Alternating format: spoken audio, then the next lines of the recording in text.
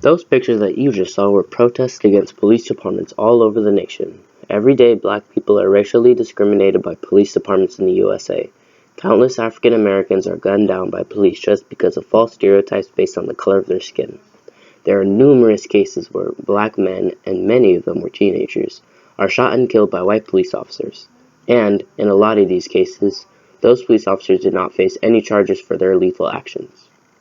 I'm sure everyone here has heard of the story of Michael Brown, the 18-year-old unarmed black teenager who was fatally shot and killed by a white police officer named Darren Wilson.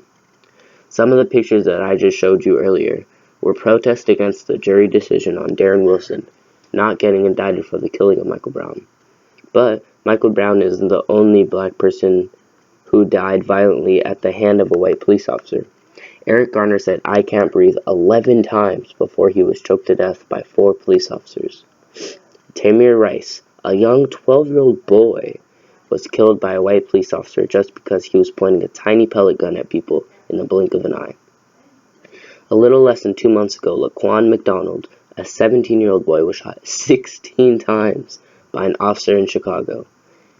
And these depressing situations just don't stop. The list goes on and on and on. This is where Black Lives Matter group comes in.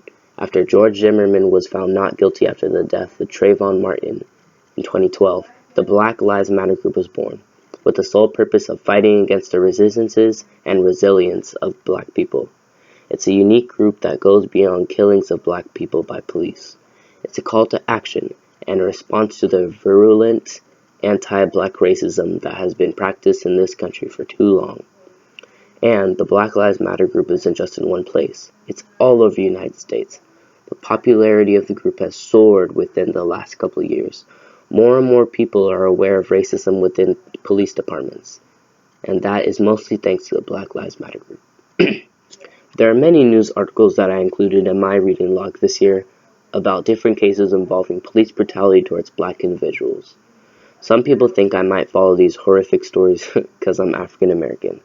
But that's not it. Growing up, I've heard many stories about the hardships of slavery and segregation.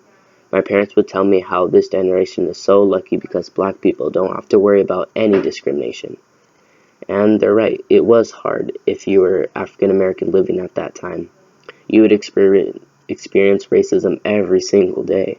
It was like a given. But, although there are many hardships at that time, it doesn't mean that today we don't face racial problems. Sadly, we still live in a society that judges people by the color of their skin and not the content of their character. I'm not saying everyone has this problem. Many parts of America does not, and places from around the world have overcome this problem.